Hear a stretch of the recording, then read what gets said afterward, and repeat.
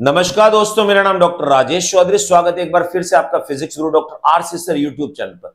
दोस्तों, आज हम आपके लिए लाए हैं मोशन इन वन डायमेंशन, एक विमीय गति के एनसीईआरटी बेस्ड एमसीक्यू क्वेश्चंस। दोस्तों, अगर आप किसी भी कंपटीशन एग्जाम की तैयारी कर रहे हैं, UPSC, RPSC, IIT mains, advance NEET और 11-12, तो आज का लेक्चर वीडियो आपके लिए इक्वली इंपॉर्टेंट है। और दोस्तों, अगर आपने हमारा यूट्यूब चैनल सब्सक्राइब नहीं किया है तो इसे आज ही सब्सक्राइब करें, लाइक करें, शेयर करें और दोस्तों नोटिफिकेशन बेल जरूर प्रेस करें ताकि इसी से जुड़ा हुआ नेक्स्ट वीडियो जब हम लॉन्च करें तो उसका नोटिफिकेशन आपको मिल जाए। और साथ में दोस्तों, आपको आज के इस लेक्चर वीडियो की पीडीएफ जो है वो इसी के डिस्क्रिप्शन बॉक्स में मिलेगी। वहां से आप डाउनलोड करके जो भी टॉपिक्स के एमसीक्यू क्वेश्चंस हैं आप उनको देख सकते हैं। तो आइए दोस्तों, स्टार्ट करते हैं आज का लेक्चर वीडियो।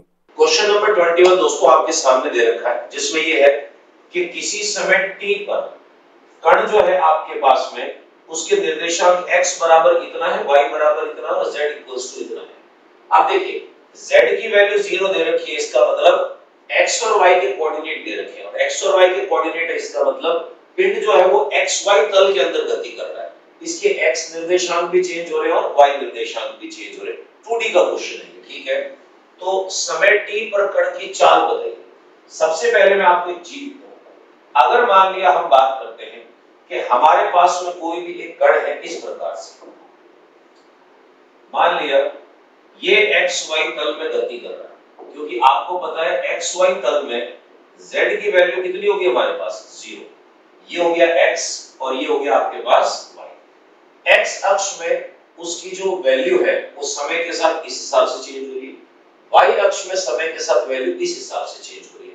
तो आप कह सकते हो x अक्ष में वेग का घटक निकाल सकते हैं, y अक्ष में वेग का घटक निकाल सकते हैं और परिणामी निकालेंगे। तो मैंने आपसे कहा मान लो ये हमारे पास में वेग का घटक आया x अक्ष में और यहां पर वेग का घटक आया y अक्ष में। अब परिणामी वेग जो निकलेगा हमारे पास में वो कहां से निकलेगा, यहां से। अब परिणामी वेग की बात करें तो इसको ज्वाइन कर देते हैं नीचे, ये vx ये y, v is equals to जो आएगा पाइथागोरस थ्योरम से रूट vx का स्क्वायर प्लस vy का स्क्वायर। अब देखिए vx और vy की वैल्यू उठा के आपको इसमें डालनी है, आपका आंसर आपके सामने। सबसे पहले x अक्ष की बात करें, x is equals to at square दे रखा है, तो vx equals to dx upon dt, d by dt और x की वैल्यू आपको दे रखी है at स्क्वायर। अवकलन कर दे तो 2 आगे आ जाएगा, 2at ये वैल्यू आ गई। सेम तरीके से y इज इक्वल्स टू आपको दे रखा है pt स्क्वायर, बस a की जगह b आ गया।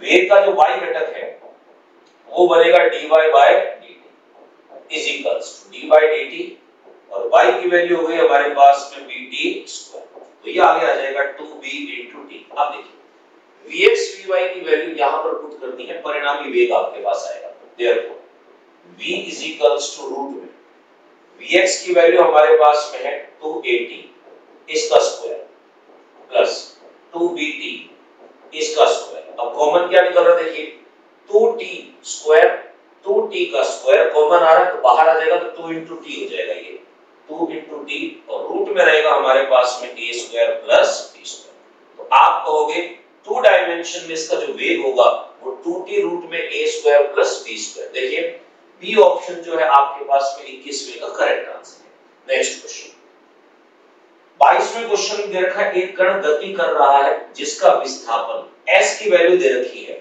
दिया गया है किसी क्षण मतलब तात्क्षणिक, इस कण का वेग होगा जबकि इसका त्वरण 0 है। अब कई बार बच्चे बोलते हैं साहब वो क्षण वो समय नहीं दे रखा, हमें किस टाइम पर हमें वेलोसिटी कैलकुलेट करनी है, तो उसके लिए हिंट दे रखा है कि इसका त्वरण कितना होना चाहिए 0। तो सबसे पहले टाइम की वैल्यू निकालने के लिए हम जो एक्सेलरेशन है उसको 0 करेंगे। तो आपके पास में दे रखा है s equals to t³ minus 6t square plus 3t plus, तो देखिए वेग भी उसी के रास्ते में आएगा और हमें त्वरण तक पहुंचना है। तो सबसे पहले मैं v निकालूं, तो v इज इक्वल्स टू होगा ds अपॉन dt। तो d अपॉन dt की अगर मैं बात करता हूं तो s की वैल्यू डाल दीजिए t³ minus 6t square plus 3t plus, अब अवकलन करें, ये आ जाएगा आपके पास में 3t स्क्वायर -12t प्लस 3, ये बन गया वेग। जो भी t की वैल्यू आएगी उसको हम यहीं पर रखेंगे ताकि हमारे पास आंसर आएगा, ताकि इसको हम फर्स्ट इक्वेशन कह देते हैं पहले से। अब एक्सेलरेशन की बात करें तो a इज होगा dv/dt।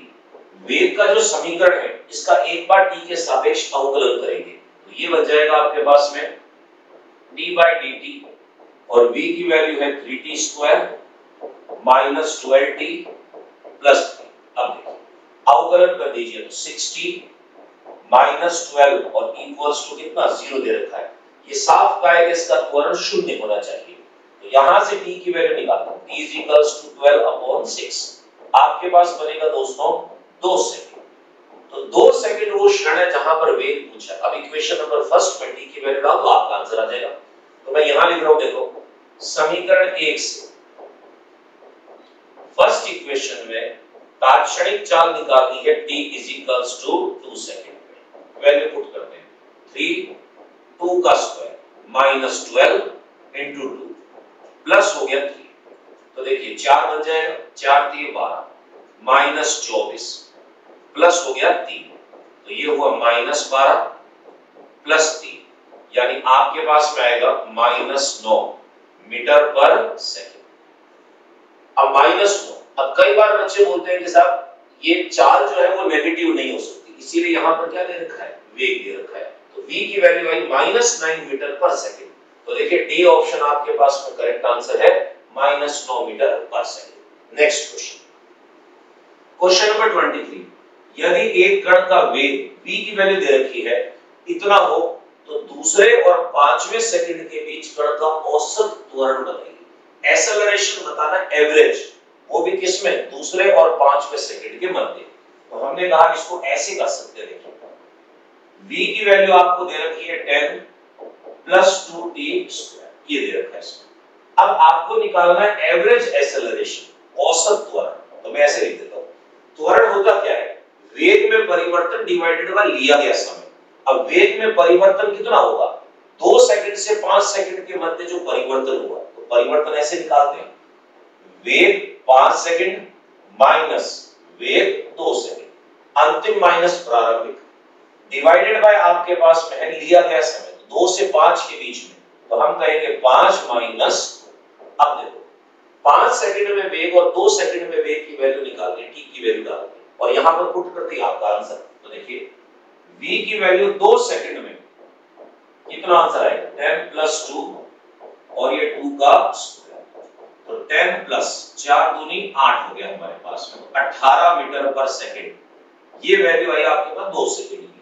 अब 5 सेकंड की अगर मैं बात करता हूं 5 सेकंड्स, तो ये बनेगा 10 प्लस यहां 5 रखें 25 दूनी 50, तो ये हो जाएगा आपके पास में 60 मीटर पर सेकंड। अब देखिए वैल्यू डाल देते हैं इसमें, क्या बन जाएगा, 5वें सेकंड में है 60, दूसरे सेकंड में था 18, डिवाइडेड बाय 5 में से 2 गया 3, माइनस करो, ये बना 42, 3 इसको काटोगे इसमें तो ये आ जाएगा 14 मीटर पर सेकंड स्क्वायर।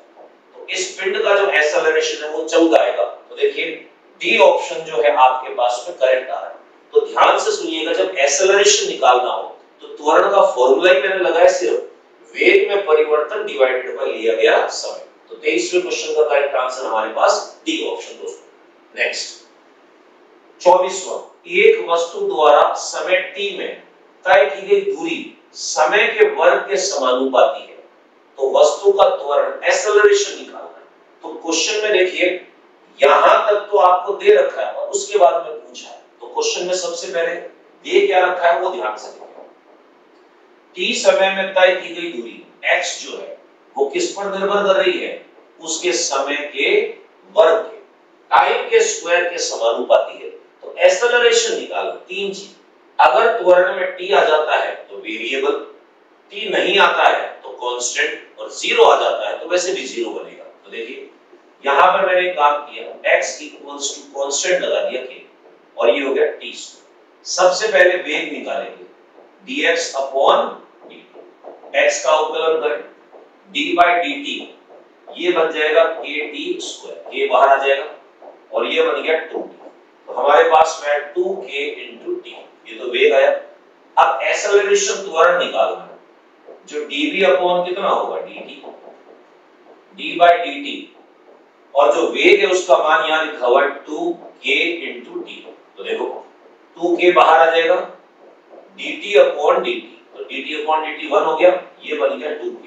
अब 2 कांस्टेंट है, k ऑलरेडी कांस्टेंट है, तो ये वैल्यू भी हमारे पास में क्या हो गई कांस्टेंट। तो आप कहोगे जो पिंड है वो एक नियत त्वरण से कांस्टेंट एक्सेलरेशन से गति करेगा। देख लीजिए कौन सा आ गया आपके पास में, इंक्रीजिंग नहीं, डिक्रीजिंग नहीं, जीरो नहीं, कांस्टेंट। 24वें का करेक्ट आंसर आपके पास डी ऑप्शन। क्वेश्चन नंबर 25, एक कण का विस्थापन समय के साथ इस हिसाब से परिवर्तित हो रहा है। देखिए x की वैल्यू t के साथ में ऐसे चेंज हो रही है, इसके अनुसार परिवर्तित होता है। तो आपको बताना है वेग वेग वेग वेग। अब देखिए आप ये चीज चारों ऑप्शन में वेलोसिटी की बात कर रहा है, इसका मतलब v निकालना पड़ेगा पहले। तो देखो क्वेश्चन में आपको ये गिवन दे रखा है √x equals to t plus 7। तो वेग निकालने के लिए सबसे पहले इस x पर से रूट हटाना पड़ेगा, x को फ्री करेंगे तो वर्क कर दे दोनों साइड में, तो हम कहेंगे squaring both side, squaring both side, दोनों तरफ वर्क कर दें। तो आपके पास में क्या बन जाएगा, ये x equals to t plus 7 का होल स्क्वायर, स्क्वायर खोल दो इसमें, t square plus 49 plus 14 into t। अब आपको वेलोसिटी निकालनी है, तो x का डिफरेंशिएशन कर दो t के रिस्पेक्ट में, तो क्या बन जाएगा v is equals to dx upon dt is equals to d by dt, और यहां बन गया आपके पास t square plus 49 plus 14t। t square का डिफरेंशिएशन 2t, 49 कांस्टेंट है, प्लस हो गया 14। अब v की वैल्यू हमारे पास में आई 2t प्लस 14। अब डिमांड क्या कर रहा है, velocity of the particle inversely proportional to t। क्या v जो है वो t के व्युत्क्रमानुपाती है? आपको मिलेगी, बिल्कुल गलत। Velocity of particle is proportional to t square. क्या वेग समानुपाती दिख रहा है आपको t स्क्वायर के? गलत। Velocity of particle is proportional to √t।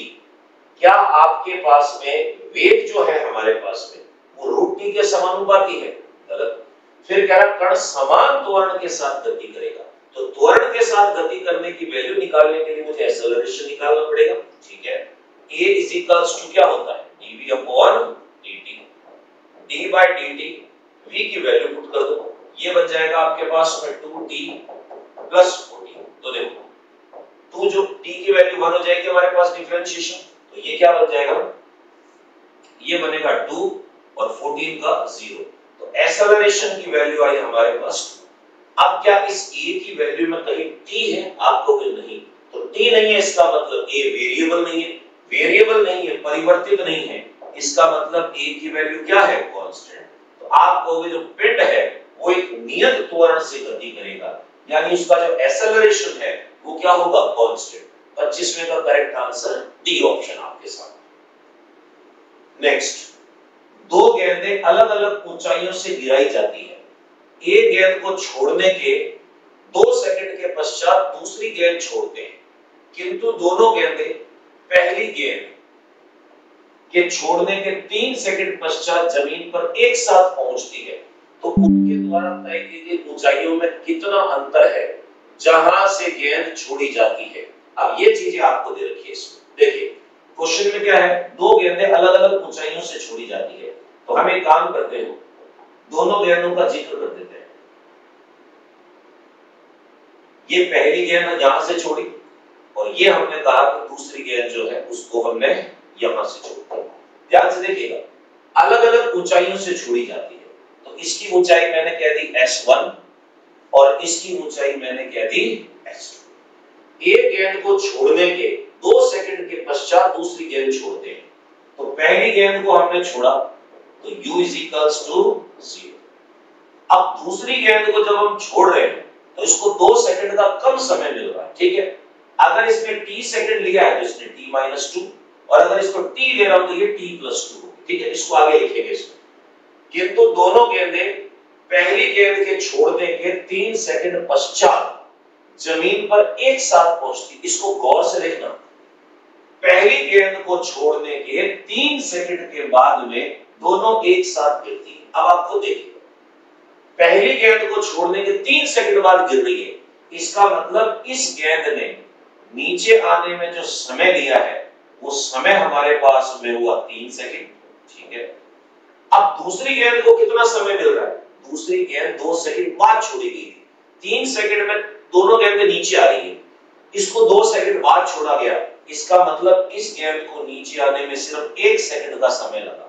तो t is equals to 1 second. इसका मतलब ये कोई कम दूरी से छोड़ी गई होगी और ये ज्यादा दूरी से।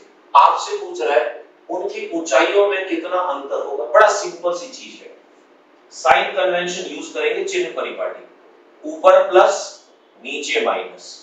सेम तरीके से ऊपर प्लस और नीचे माइनस।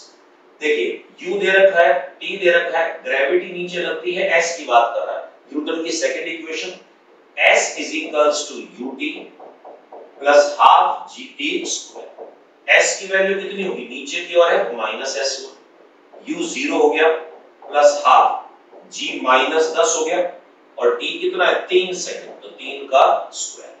तो ये कटेगा आपके पास में कितना? 5।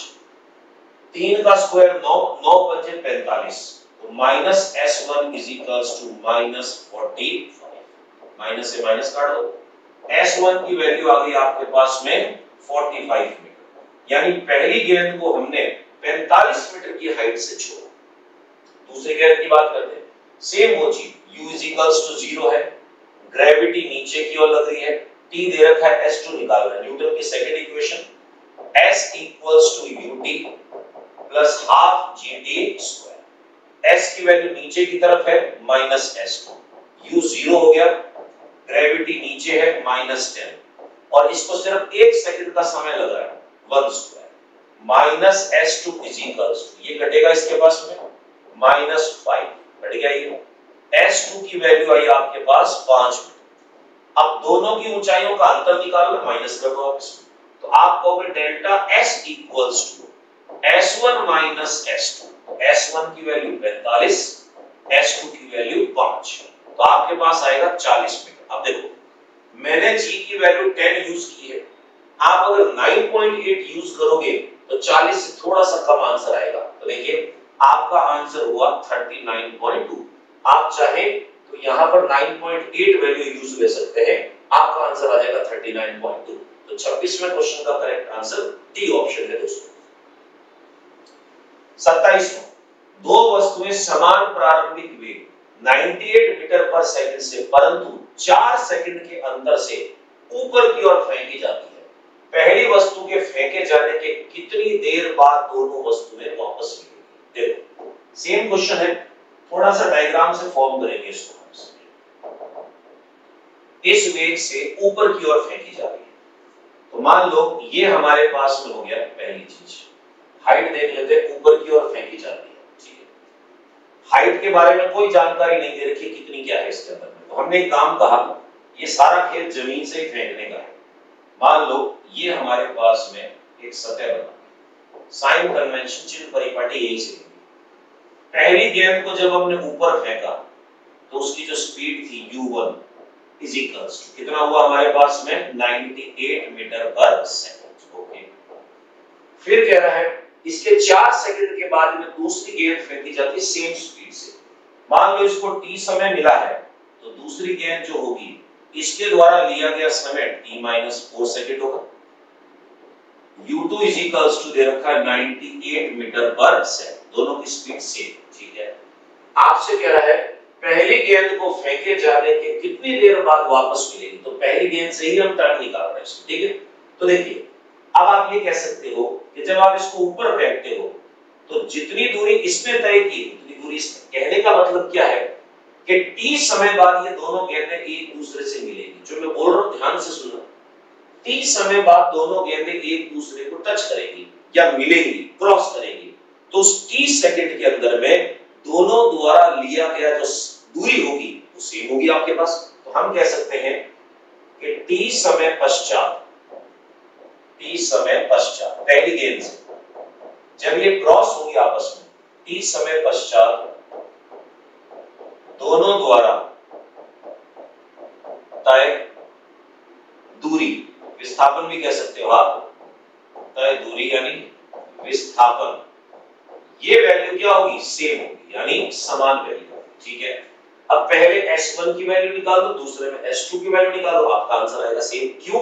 क्योंकि इसमें t है और इसमें t - 4 है। तो देखिए पहली गेंद के लिए S इक्वल्स टू, मैं इसको बीचों बीच लिख देता हूं, S equals to ut plus half gt square. देखिए दोस्तों, सबसे पहले हम बात करेंगे पहले पिंड के लिए, चिन्ह परिपाटी की बात करें, ऊपर आएगा प्लस और नीचे की ओर होगा माइनस। तो S ऊपर की तरफ दूरी है तो S1 हो गई हमारे पास, प्लस U ऊपर की तरफ है 98, समय t ले रहा है इसमें, प्लस करके हाफ, ग्रेविटी नीचे लग रही है -10, और ये हो गया t स्क्वायर। काट दो आप इसको, S1 is equals to 98t minus 5t square, first equation हो गई हमारे पास। सेम तरीके से t minus 4 सेकंड में, क्योंकि 4 सेकंड देरी से छोड़ा गया, इस दौरान में इसने कितनी दूरी तय की, सेम चिन्ह परिपाटी, दूरी ऊपर की तरफ है S2 98 और इसका t हो जाएगा t minus प्लस करके हाफ, g है -10 और t हो गया आपके पास में t -4 का स्क्वायर, ये कट जाएगा इसमें 5, तो S2 इज इक्वल्स टू कितना आएगा, सॉल्व कर देते हैं इसको, 98t माइनस ये हो जाएगा 400 392 और -5 है, स्क्वायर करके एक साथ ही मल्टीप्लाई करो, t स्क्वायर हो गया तो -5t स्क्वायर, मैं साथ ही कर रहा हूं, -2ab तो ये हो जाएगा 8 8 × 40 तो प्लस करके हो गया 40t प्लस 16, तो ये बाहर माइनस लगा हुआ तो माइनस 50 60 70 80 हो गया। तो इसको मैंने कह दिया सेकंड इक्वेशन। देखो होल स्क्वायर खोल के मैंने मल्टीप्लाई, अब S1 S2 सेम है, इसका मतलब S1 और S2 को अगर आप बाहर बराबर करते हो तो t की वैल्यू आपके पास आएगी, देखते क्या आता है, ये हो जाएगा 98t minus 5t square is equals to, ये आ गया आपके पास 98t minus 392 minus 5t square plus 40t minus 8। अब 5t square से 5t square कट गया, 98t से 98t कट गया, अब बचेगा क्या आपके पास में, ये दो नंबर है हमारे पास में और ये वैल्यू है, 80 को अगर मैं प्लस करूं इससे तो ये मेरे पास होगा 480 472, इस साइड में आ जाएगा तो 472 इज इक्वल्स टू 40t, पर t की वैल्यू निकाल दो, मैं यहां लिख देता हूं इसमें, देखिए तो t is equals to 472 divided by हो गया आपके पास में 40, तो कितना बनेगा, देखो ये हट गया, पॉइंट लग गया इसमें, 4 से काटो 1 और ये हो गया आपके पास में 1 हो गया, इसके अंदर में 3 बच गए यानी 0.8, तो t इज इक्वल्स टू हो जाएगा 11.8 सेकंड का समय। अब एक चीज देखिए, 11.8 सेकंड की बात करूं तो मैंने यहां पर क्या यूज किया है, मैंने यहां पर वैल्यू यूज की है 10, तो आप चाहो तो 9.8 वैल्यू यूज कर सकते हो, तो हमारा जो आंसर आएगा वो आपके पास, देखो मैं आपको चीज बता दूं, ये जी था, यहां पर आएगा 4.9, ठीक है, अब ये 4.9 इनसे मल्टीप्लाई होगा तो लगभग आपके पास में वैल्यू जो है वो कितनी होगी, 12 सेकंड हमारे पास इसका आंसर होगा 27 का क्वेश्चन। ठीक, नेक्स्ट, समान ऊंचाई से दो गेंदें 1 सेकंड के अंतराल पर छोड़ी जाती है, पहली गेंद छोड़ी फिर 1 सेकंड बाद दूसरी गेंद छोड़ी, यदि गुरुत्वीय त्वरण इतना है तो पहले पिंड को छोड़ने के 3 सेकंड बाद इनके मध्य की दूरी कितनी होगी, पहले एक गेंद छोड़ी 1 सेकंड बाद दूसरी छोड़ी और पहली के 3 सेकंड बाद पूछ रहा है, तो पहली गेंद को तो 3 सेकंड का समय मिला, दूसरी 1 सेकंड लेट छोड़ी गई थी, इसका मतलब उसको 2 सेकंड का समय मिलेगा। सेम क्वेश्चन है, ऑलरेडी हम कर चुके हैं, तो देखिए मान लिया ये हमारे पास में कोई भी एक हाइट होगी जहां से किसी गेंदों को छोड़ा जा रहा है, पहली गेंद को छोड़ा u is equals to 0, t is equals to 3 second का समय लगा इसको नीचे आने में, दूसरी गेंद को छोड़ा हमने u इज इक्वल्स टू 0, अब इसको 2 सेकंड का ही समय मिल रहा है क्योंकि 1 सेकंड लेट छोड़ा, तो t is equals to 1 second. अब आपको देखिए सवाल कह रहा है इनके मध्य की दूरी कितनी होगी। पहली गेंद को 3 सेकंड का समय मिल रहा है s1, दूसरी को s2, अंतर बताना आपको इसमें। Delta s equals to s1 minus s2। First equation check कर लेते हैं। साइन कन्वेंशन चिन्ह परिपाटी, जहां से छोड़ा जा रहा है ऊपर प्लस नीचे माइनस, ऊपर प्लस और नीचे क्या होगा माइनस होगा। s1 की वैल्यू निकाल लेते हैं। s equals to ut plus half gt square से। अब देखो नीचे की तरफ है ये, तो आपके पास होगा माइनस s1, u 0 हो गया प्लस हाफ, ये g है माइनस 10 और t कितना मिल रहा है इसको, t आपके पास 3 है यानी 3 का स्क्वायर, ये कटेगा 5, 9 बचे 45, minus s1 is equals to minus 45। s1 की वैल्यू हुई हमारे पास 45। तो पहले पिंड ने 3 सेकंड में 45 मीटर की दूरी तय की, s1 की वैल्यू आ जाएगी सेम। इसी इक्वेशन से s2 निकालते हैं। माइनस s2 नीचे की तरफ है, इक्वल्स टू u0 है प्लस हाफ, g की वैल्यू माइनस 10 और t जो आपके पास में है वो लगभग 1 सेकंड बाद छोड़ा जा रहा है। तो इसको देखो 1 सेकंड बाद छोड़ा गया, इसका मतलब इसको 2 सेकंड का समय मिलेगा। तो यहां पर हम लिखेंगे इसमें 2 का स्क्वायर। चेक कर लेते हैं, 5 हो गया आपके पास, minus s2 is equals to ये हो जाएगा 4 यानी माइनस 20, काट लो आप इसमें। s2 is equals to 20 metre आया आपके पास।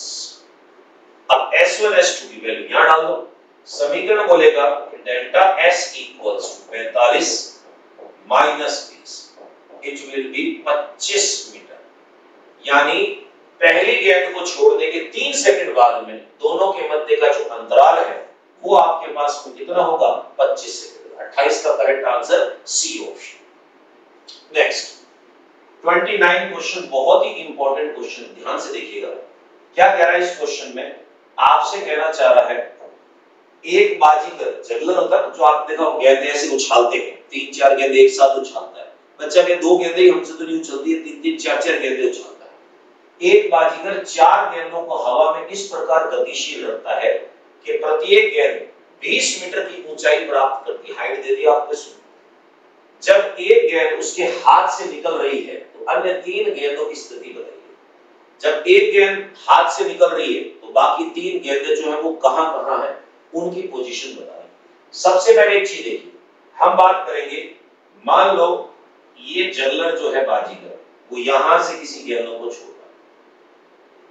पहली गेंद यहां, हमें नहीं पता कि बाकी गेंदें कहां पर है, तो इसलिए काल्पनिक रूप से मैं बनाऊंगा भी नहीं, पर इतना जरूर हमें पता है कि हर एक गेंद जो है वो कितनी हाइट कवर कर रही है, वो कर रही है 20 मीटर। अब देखो हाइट आपको दे रखी है, पर आपको मैंने बताया कि हाइट के हिसाब से 2 चीजें हम कैलकुलेट कर सकते हैं।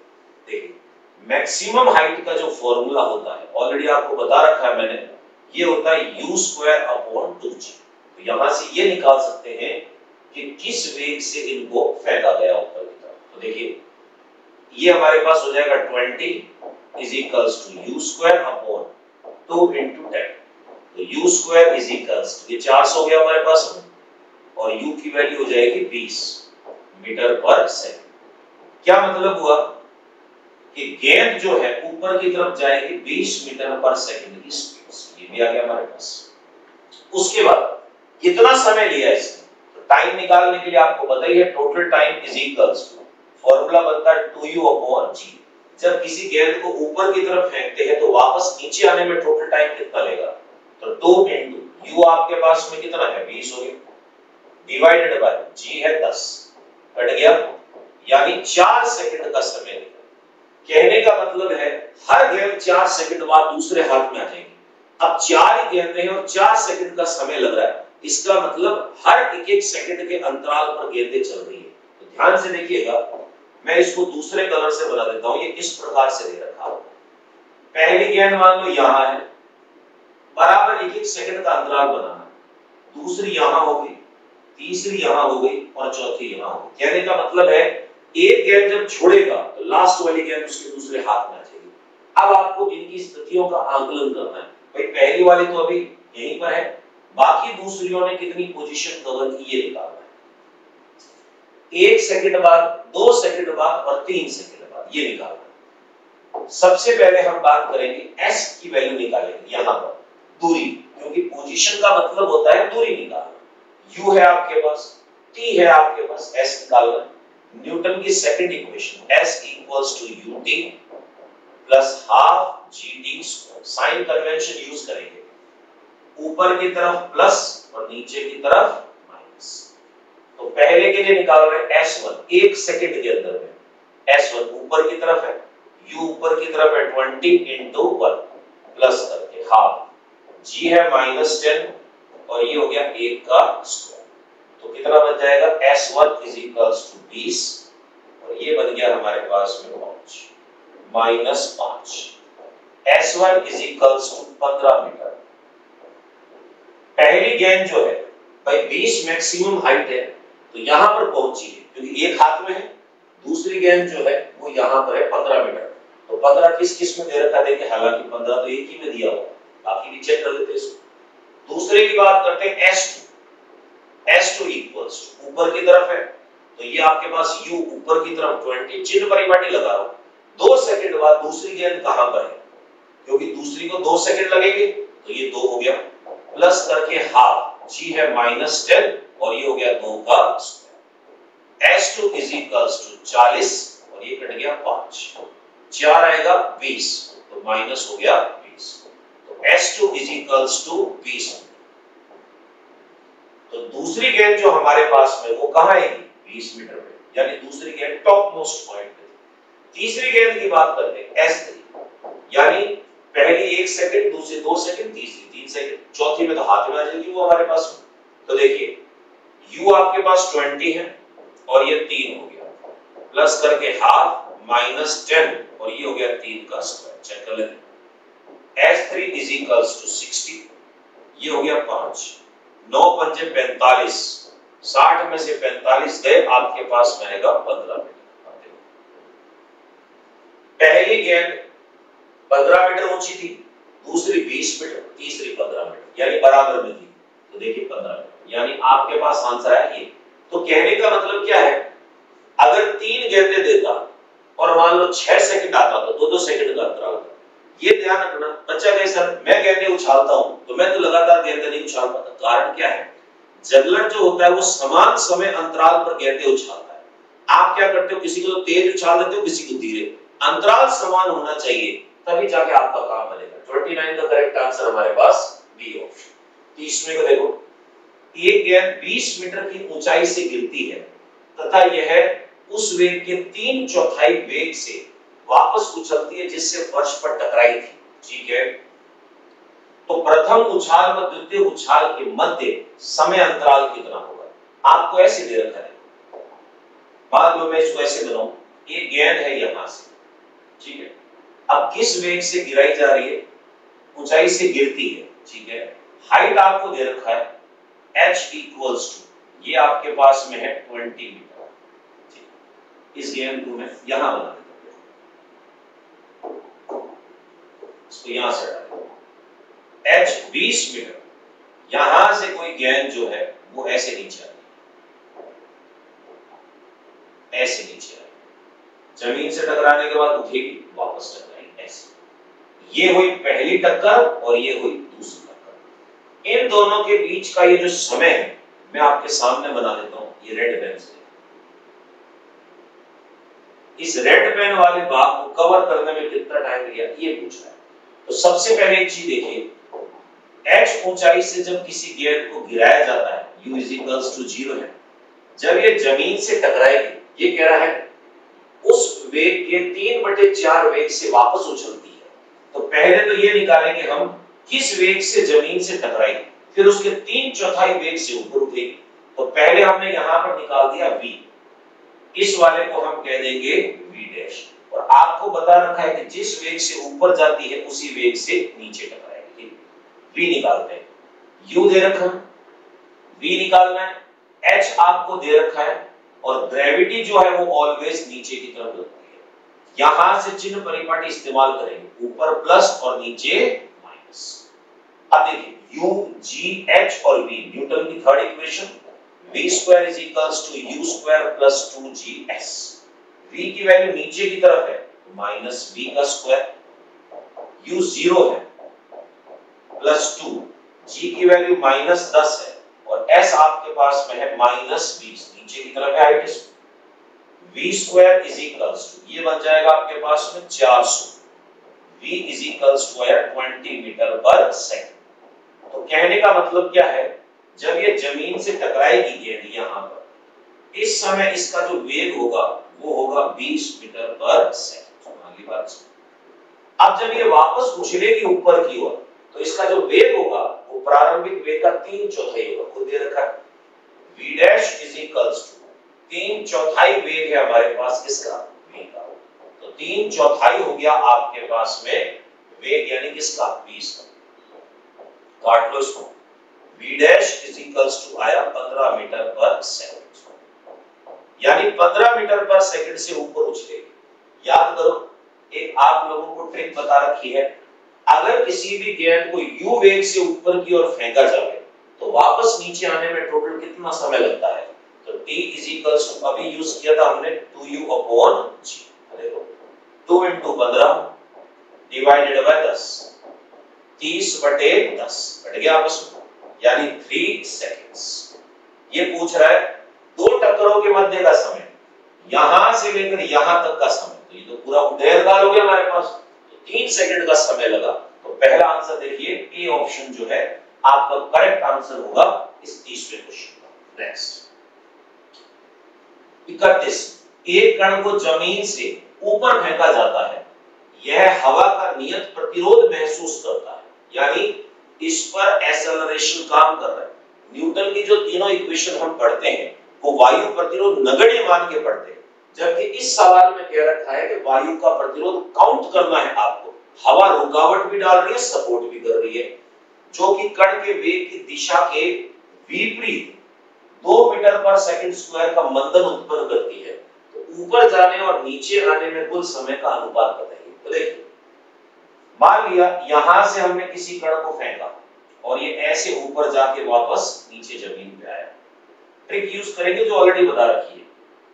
अगर वायु प्रतिरोध नगण्य मान लिया जाए तो ऊपर जाने और नीचे आने का समय सेम होगा, तो वहां 1:1 होगा।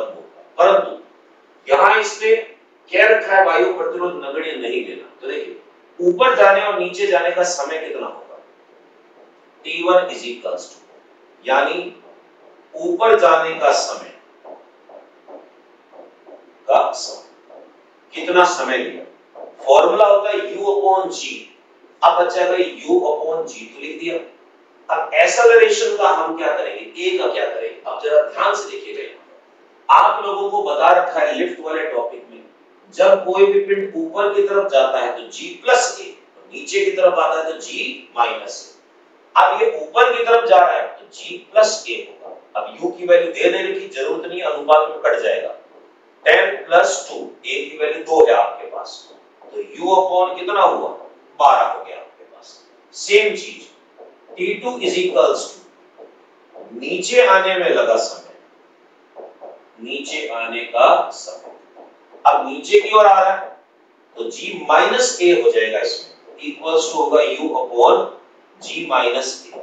u as it is 10 minus 2, it will be upon, ये हो गया 8। काटना नहीं है इसको, 4 समझ के काट देंगे सेकंड, और ये भी क्या हुआ सेकंड।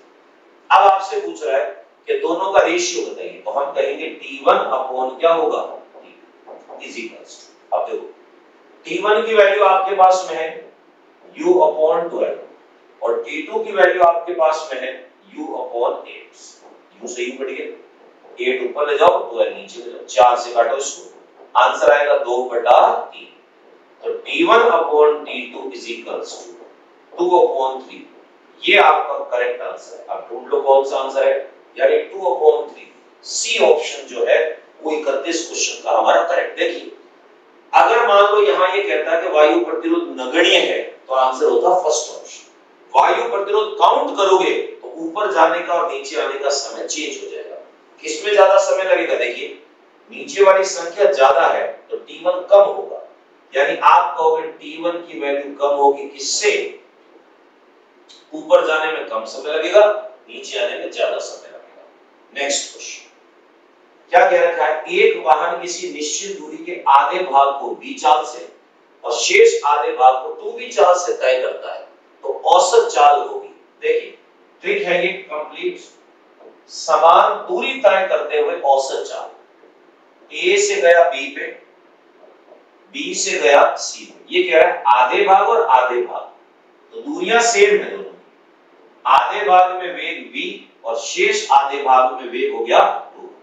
तो समान दूरी तय करते हुए अगर औसत चाल निकालनी है, ट्रिक आपको पता है, v औसत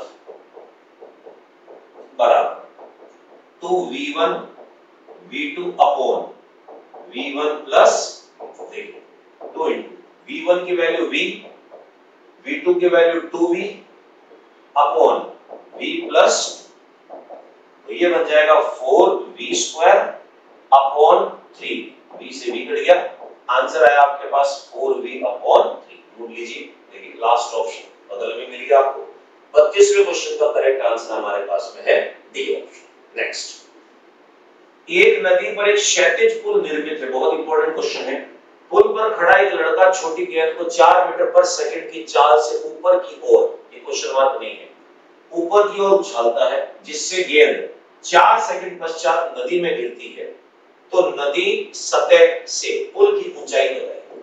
आपको ऐसे क्या रखा है, ये हमारे पास में एक पुल हो गया, ब्रिज हो गया, ठीक है, और इसके नीचे जो है ये ऐसे यहां पर नदी बह रही है। एक लड़का h हाइट से खड़े होकर पुल के ऊपर यहां से किसी गेंद को फेंकता है, ऐसे गेंद ऊपर से ऐसे नीचे आएगी हमारे पास, क्योंकि गेंद को कहां फेंक रहा है, खड़ा लड़का ऊपर की ओर फेंकता है।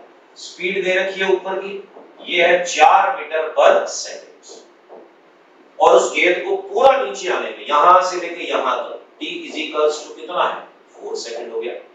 ग्रेविटी कहां लग रही है, नीचे की ओर, 10 मीटर पर सेकंड स्क्वायर।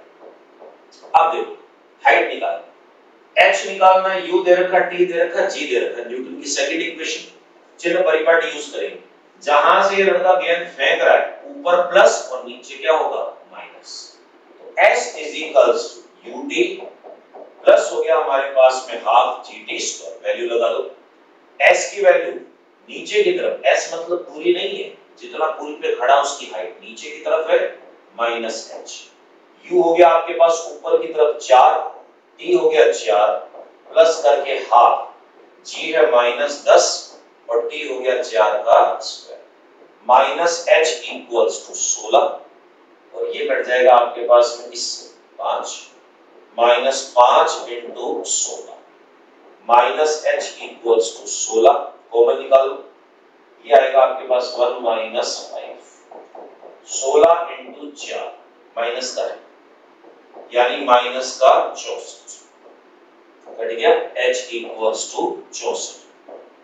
पुल जो है वो जमीन से कितना ऊंचा था, 64 मीटर। अब देखो कई बार बच्चा क्या करता है, चिन्ह परिपाटी यूज नहीं करता है, तो यहाँ प्लस कर देगा, प्लस करेगा तो कितना होगा 80, और ये हो गया आपके पास में लगभग 16, तो ये 96 के आसपास चला देगा। चलिए आंसर हमारे पास में कितना है, 64। देखो डी ऑप्शन यहाँ गायब ही कर दिया, मैं लिख देता हूँ, ये आपके पास में है 64 मीटर, यानी डी ऑप्शन जो है हमारे पास इसका करेक्ट आंसर। नेक्स्ट 34, एक स्वतंत्रता पूर्वक गिरते पिंड द्वारा पहले, दूसरे, तीसरे, चौथे सेकंड में तय की गई दूरियों का अनुपात है। हर एक सेकंड की बात कर रहा है, पहले सेकंड में, दूसरे सेकंड में, तीसरे, चौथे में कितनी, यहां से हम किसी एक पिंड को गिराते हैं, u 0, ऐसे जाएगा नीचे, यहां ग्रेविटी कहां लग रही है, नीचे की ओर। एक सेकंड में मान लो दूरी तय की s1, 2 में उसने s2, 30 में s2, 4 में s4, ऐसे करेंगे, इनका रेशियो निकालना। तो देखिए u दे रखा है, टाइम दे रखा है, ग्रेविटी दे रखी है, डिस्टेंस निकालना, तो न्यूटन की second equation s equals to ut plus हो गया हमारे पास में हाफ gt स्क्वायर। आराम से देखिएगा इसको, सबसे पहले हम निकालेंगे पहले पिंड के लिए, t is equals to 1 second, ठीक है, आप चाहो ऐसे कर सकते हो, आप चाहो nth का फॉर्मूला लगा सकते हो, मैं इसी से यूज कर रहा हूं। t इक्वल्स टू 1 सेकंड, तो क्या बन जाएगा, चिन्ह परिपाटी यूज करें, ऊपर बन गया प्लस और नीचे बन गया माइनस, तो माइनस s1 u 0 है, प्लस करके हाफ, g है माइनस 10 और ये हो गया 1 का स्क्वायर, ये कट जाएगा 5, तो minus s1 is equals to हो गया माइनस 5 मीटर, बढ़ गया। s1 इज इक्वल्स टू हुआ 5 मीटर, वैल्यू नहीं निकालनी, रेशियो, ठीक है। अब हम बात करेंगे 2 सेकंड में। बच्चा बोले 2 सेकंड कौन, ये दूसरे सेकंड की बात कर रहा है, तो मैं एक काम करता हूं, 2 सेकंड के लिए पूरा निकाल दूं, 1 को माइनस कर दूंगा, सेकंड सेकंड में आ जाएगा इसमें, ठीक है, ओके। तो ये मेरे पास में कितना होगा, ये s1 है, ये s2 हो गया, ये s3 हो गया और ये s4, पूरा निकाल देते हैं इसको। तो t बराबर 2 सेकंड की मैं बात करता हूं, t बराबर 2 सेकंड की मैं बात करता हूं, क्या बन जाएगा देखो, t is equals to 2 seconds, तो ये बनेगा s1 प्लस s2, चिन्ह परिपाटी समेत यूज कर रहा हूं, माइनस में सेम वही रहेगा, 0 प्लस करके हाफ माइनस 10 और 2 का स्क्वायर आ जाएगा इसमें, तो minus s1 plus s2 is equals to, ये आ जाएगा 4, 4 में 2 का भाग लगेगा 2, 20, तो माइनस 20, बढ़ गया इसमें। S1 की वैल्यू डाल दो, S2 इज इक्वल्स टू आ जाएगा 15 मीटर, दूसरे का भी आ गया हमारे पास, ठीक है। अब तीसरे की हम बात करेंगे 3 सेकंड के लिए, 0 से 3 सेकंड, 2 सेकंड माइनस कर देंगे तो तीसरे का आ जाएगा इसमें, तो हम कहेंगे t is equals to 3 seconds की बात करें, तो देखो same formula, minus s1 plus s2 plus s3, u 0 है, मैं लिखूंगा इसको, प्लस करके ये हो जाएगा हाफ माइनस 10 और ये हो गया 3 का स्क्वायर, तो देखो minus s1 plus s2 plus s3 is equals to, ये हो गया 9 और ये हो गया हमारे पास में 90 और ये 45, माइनस 45, बढ़ गया। s1 प्लस s2 20 था, 20 माइनस कर दो इसमें से, तो s3 की वैल्यू आ जाएगी आपके पास में 25, हालांकि आंसर यहीं से निकल जाएगा, पर हम पूरा क्लियर करके देखेंगे। चौथे की बात करें, मैं यहां लिख देता हूं, t is equals to 4 seconds की बात करें, तो minus s1 plus s2 plus s3 plus s4 is equals to 0 plus half minus 10 और t है 4 का स्क्वायर, अब देखो 16 का आधा करोगे 8 माइनस, तो ये आया आपके पास में कितना, माइनस का 80। S1 से लेकर S3 तक 45 है हमारे पास, 45 माइनस करो, 50 60 70 80, तो 35 हो गया, तो S4 की वैल्यू आ गई आपके पास 35। अब तीनों का चारों का रेशियो निकालो, क्या बन जाएगा, S1 ratio S2 ratio S3 ratio S4, पहला कितना 5, दूसरा है 15, तीसरा है 25 और चौथा हो गया आपके पास 35, काट लो इसको, 5 से कट रहा है हमारे पास में, ये आ जाएगा आपके पास में 1 और ये कट जाएगा 3 और ये कट जाएगा आपके पास में 5 और ये कट जाएगा इसमें 7, तो आपका आंसर आया 1:3:5:7, तो ये 8 जो है ये मिसप्रिंट है, यहाँ पर 3 आएगा इसमें, तो 1:3:5:7, 34वें का करेक्ट आंसर हमारे पास में है डी ऑप्शन। नेक्स्ट देखिए 35वें क्वेश्चन में क्या कह रखा है, नीचे x की ग्राफ दर्शाया गया है, ये देखिए x यहां पर है, t यहां पर है, ये t0 टाइम की बात कर रहा है, जिसमें एक पिंड सरल रेखीय गति करता है, सही विकल्प का चुनाव कीजिए। 4 स्टेटमेंट्स में से एक स्टेटमेंट सही है और बाकी गलत है, वो ढूंढनी है।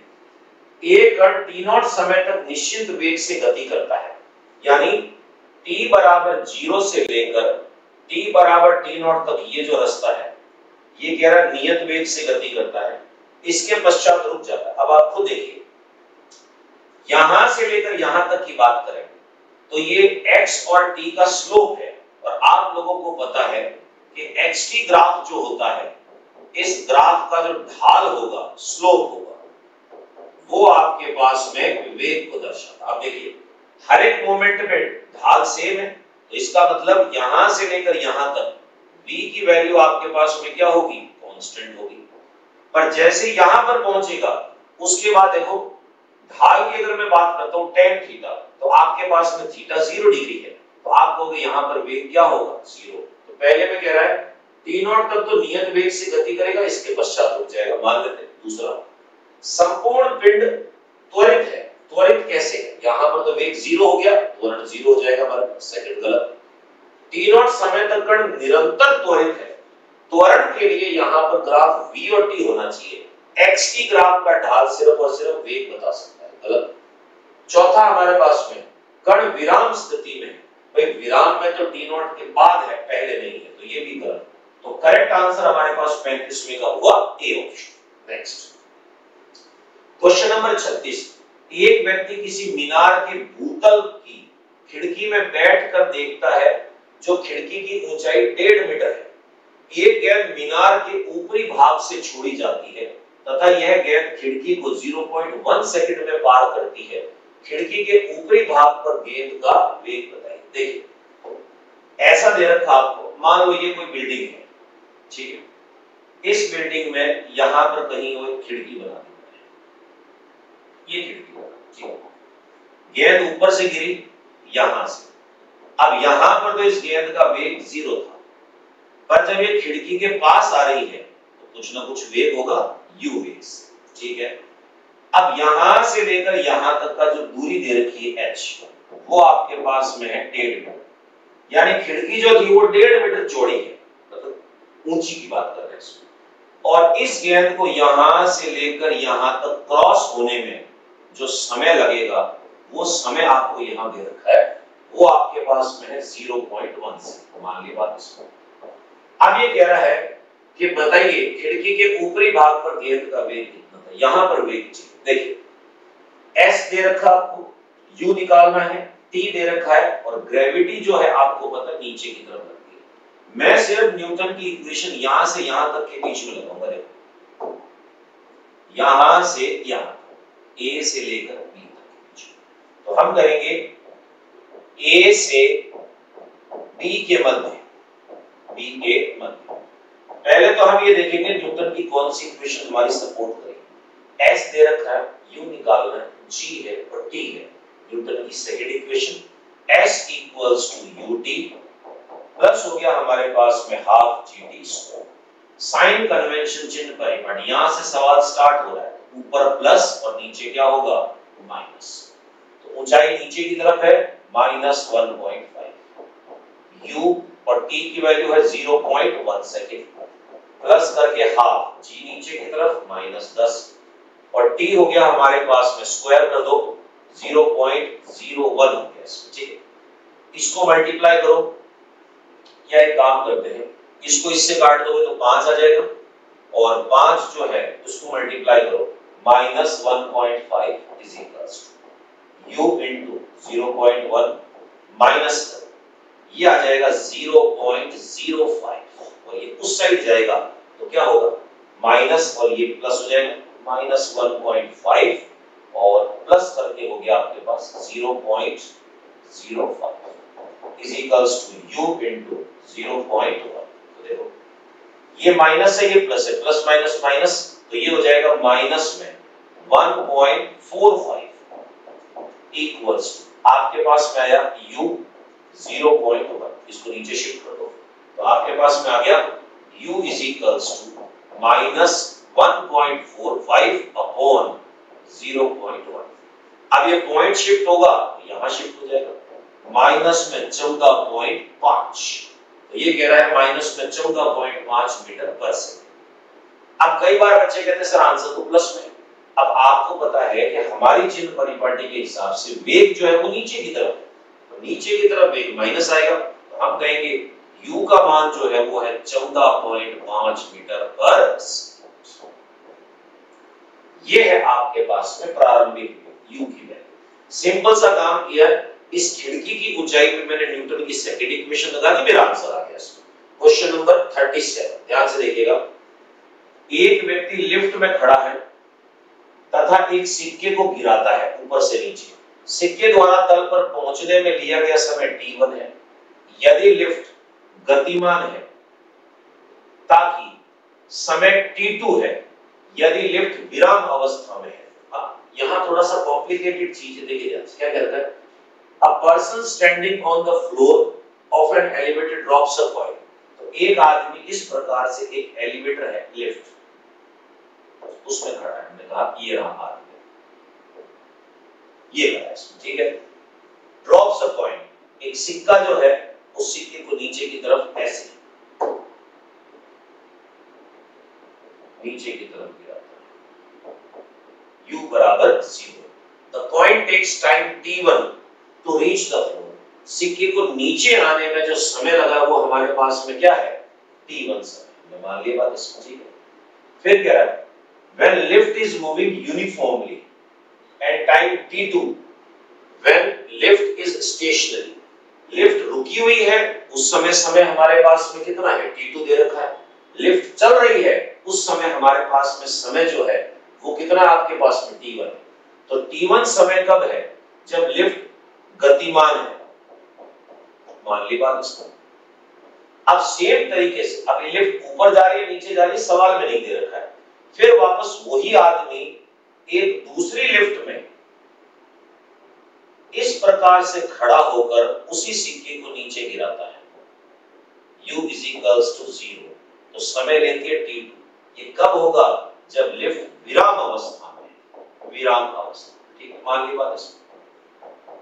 अब आपसे ये पूछा है कि चलती हुई लिफ्ट का समय सिक्का ज्यादा लेगा या रुकी हुई लिफ्ट का। मेरे प्यारे बच्चों ध्यान से देखिएगा, सिंपल सी चीज, तीन कंडीशन बनती है हमारे पास। लिफ्ट अगर ऊपर जा रही है तो समय कितना लेगा नीचे आने में, तो आप कहोगे सर t = जैसे मान लो h हाइट से मैंने इसको छोड़ा, तो आप कहोगे कि t फॉर्मूला होता है हमारे पास में √2h/g होता है। पर लिफ्ट ऊपर जा रही है तो यहां पर होगा g+a। अगर लिफ्ट नीचे की तरफ आ रही है तो t होगा हमारे पास में √2h/g-a। नंबर थर्ड, सी की बात करें, अगर लिफ्ट स्टेशनरी है, विराम अवस्था में है, रेस्ट में है, तो उस कंडीशन में आपके पास में जो t की वैल्यू आएगी वो होगी √2h/g, क्योंकि ये 0 हो जाएगा उस दौरान में। अब ये कह रहा है कि जब लिफ्ट चल रही है तो उस समय का समय हो गया t1। लिफ्ट जब रुकी हुई है तो t2 होगा। अब आप मुझे एक बात बताइए, हम कैसे जस्टिफाई कर सकते हैं कि कौन सा समय बड़ा होगा छोटा होगा। अगर ये लिफ्ट कहता है कि ऊपर जाना है, ध्यान से देखिएगा, नोट करके बता रहा हूं मैं आपको इसमें। अगर ये कहता सवाल में कि लिफ्ट ऊपर जा रही है तो उस दौरान में ऊपर जाने वाले समय में g+a है, तो ये वैल्यू नीचे वाली बड़ी है तो t1 क्या होता, कम होता।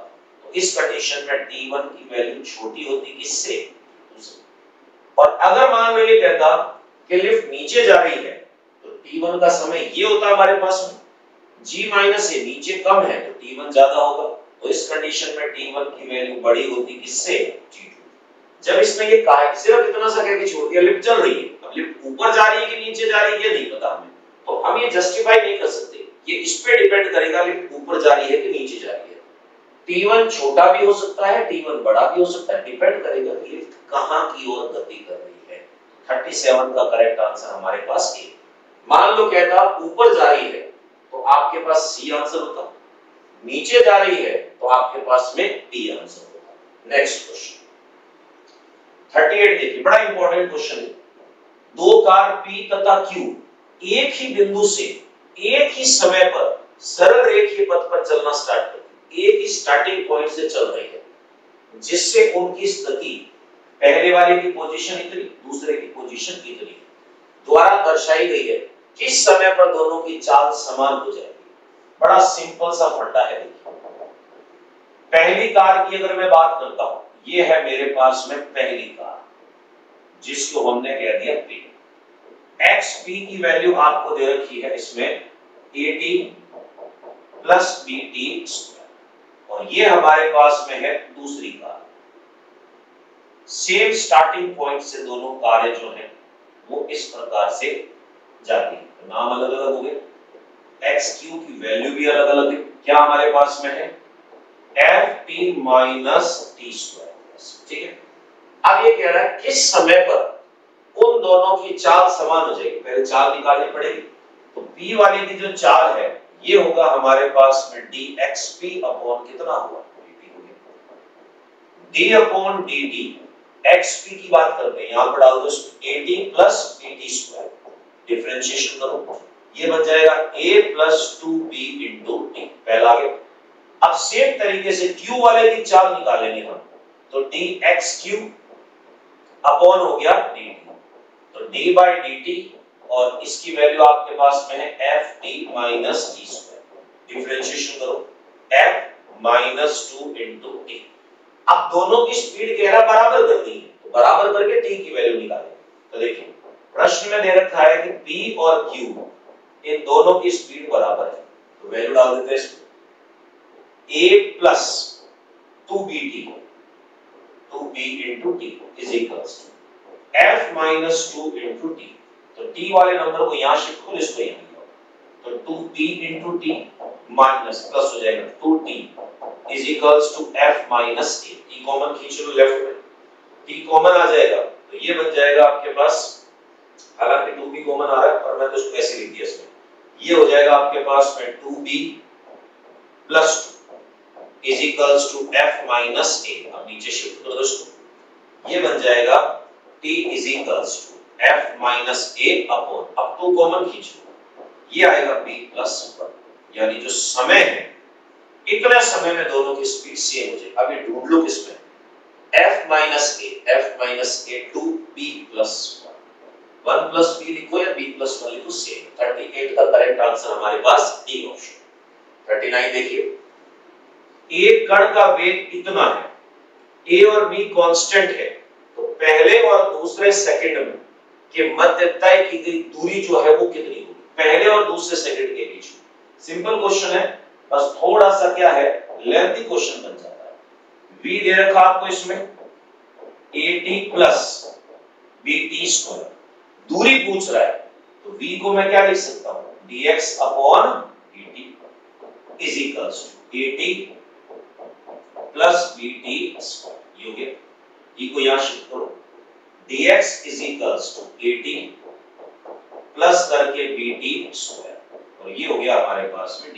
इंटीग्रेशन कर दो, x equals to integration at plus bt square, और ये हो गया dt। इंटीग्रेशन आपको बता रखा है किस प्रकार से है, x इक्वल्स टू t का इंटीग्रेशन है पावर 1 है, तो a t square upon 2 plus b, ये हो जाएगा t की पावर 3 अपॉन 3, ये हो गया। अब आपसे क्या कह रहा है, पहले और दूसरे सेकंड में, तो हमने कहा पहले सेकंड की बात करते हैं, t is equals to 1 second में t की वैल्यू 1 डालनी है आपको इसमें, तो ये हो जाएगा a/2 प्लस हो गया b/3, पहला आ गया। दूसरे में कह रहा है आपको t is equals to 2 second पर, तो t की वैल्यू 2 डालनी है, तो देखिए यहां 2 डालेंगे, 2 का स्क्वायर 4 कटेगा, तो आपके पास 2a हो गया इसमें, प्लस यहां 2 डाल दो 8 हो जाएगा हमारे पास में, तो ये हो जाएगा 8b/3। अब दोनों का डिफरेंस चाहिए, तो डेल्टा x की वैल्यू जो होगी मेरे पास में x t is equals to 2 minus x t is equals to 1 हो गया। इसको लिख देते हैं, ये बन जाएगा 2a प्लस 8b/3 माइनस करके 1 सेकंड वाला a/2 प्लस b/3, ये वैल्यू। अब सॉल्व कर लेते हैं इसको, a को a से b को b से, तो ये बन जाएगा 2a माइनस a/2, a को a के पास कितनी है प्लस कर 8b/3 माइनस b/3। देखिए दोस्तों यहां 1 हो गया हमारे पास, इक्वल्स टू 2 एलसीएम आ जाएगा 4a माइनस 1, तो 3a अपॉन 2, यहीं से आंसर दिखना स्टार्ट हो गया होगा आपको, ठीक है। और ये 3 हो गया 8 माइनस 1 7, तो प्लस करके हो गया 7b अपॉन 3, ये आ गया आपके पास में दोनों की दूरियों का अंतर। 3a अपॉन 2 प्लस 7b/3, ये देखो ये यहां पर फिर मिसप्रिंट है, ये a की जगह b है, ठीक है। तो यानी 39 क्वेश्चन का करेक्ट आंसर हमारे पास में हो गया बी ऑप्शन। नेक्स्ट एक पत्थर को गुरुत्व के अधीन छोड़ा जाता है, यो छोड़ दिया इसको। H1, H2, H3 दूरियां पहले 5 सेकंड, अगले 5 सेकंड और अगले 5 सेकंड में तय करता है। तो H1, H2, H3 के मध्य संबंध बताइए। ऐसा क्वेश्चन ऑलरेडी आ चुका है, पर वो 1-1 सेकंड का था, अब ये 5-5 सेकंड का। देखिए सिंपल सी चीज है, U बराबर 0। अब 15 सेकंड का पूरा मामला है इसका। मान लिया पहले 5 सेकंड में यहां था, अगले 5 सेकंड में यहां था, लास्ट के 5 सेकंड में वो यहां था। पहले 5 सेकंड में H1, दूसरे में H2 और तीसरे में H3। ग्रेविटी नीचे की तरफ लग रही है और जहां से पिंड को फेंका जाता है ऊपर प्लस और नीचे माइनस। G दे रखा है, H निकालना, U दे रखा है, T दे रखा है, न्यूटन की सेकंड इक्वेशन। तो S equals to UT plus हो जाएगा हमारे पास में हाफ GT स्क्वायर। अब देखिए सबसे पहले के लिए ले रहा हूं, पहले की कोई दिक्कत नहीं है क्योंकि वो तो डायरेक्ट आ जाएगा। 5 सेकंड्स के चिन्ह परिपाटी, H1 नीचे की तरफ है, U 0 हो गया, ग्रेविटी माइनस क्योंकि डाउनवर्ड डायरेक्शन, -10 into 5 का स्क्वायर। तो देखिए minus H1 is equals to, ये 5 होगा, 25 5 माइनस 125 बढ़ेगा। H1 इज इक्वल्स टू आपके पास में आया 125 मीटर।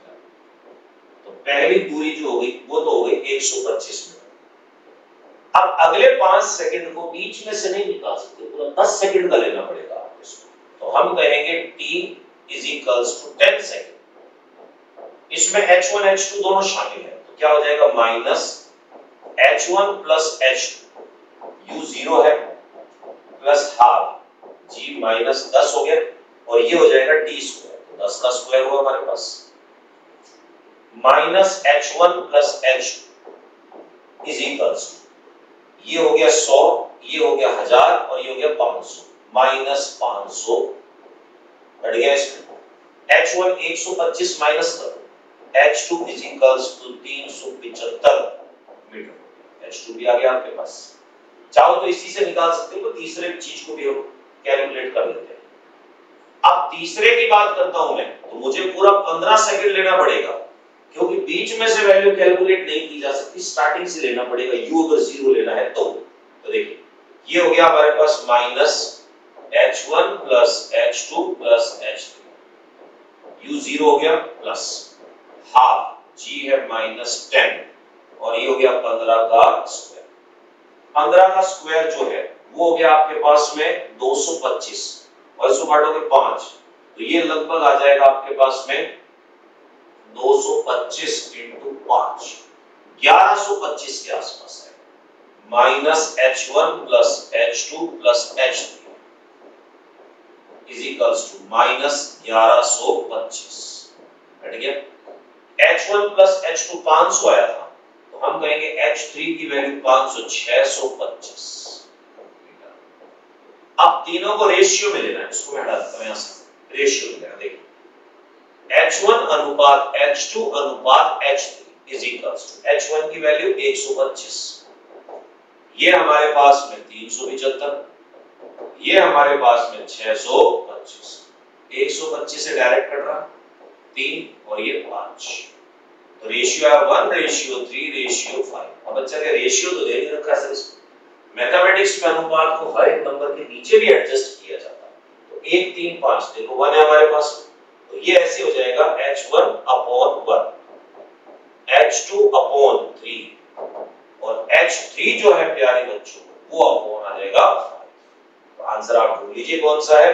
40वें क्वेश्चन का हमारा करेक्ट आंसर जो है वो बी ऑप्शन है दोस्तों। तो दोस्तों ये थे आज के इंपॉर्टेंट क्वेश्चंस। ये सभी क्वेश्चंस जो हैं किसी न किसी कंपटीशन एग्जाम में आए हुए क्वेश्चंस हैं। आपको इन क्वेश्चंस के पीछे छुपे हुए कंसेप्ट को ध्यान से देखना है।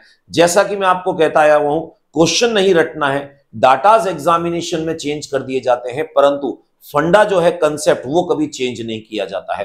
तो दोस्तों इजाजत दीजिए, नेक्स्ट वीडियो में आपके सामने फिर उपस्थित होंगे, तब तक धन्यवाद।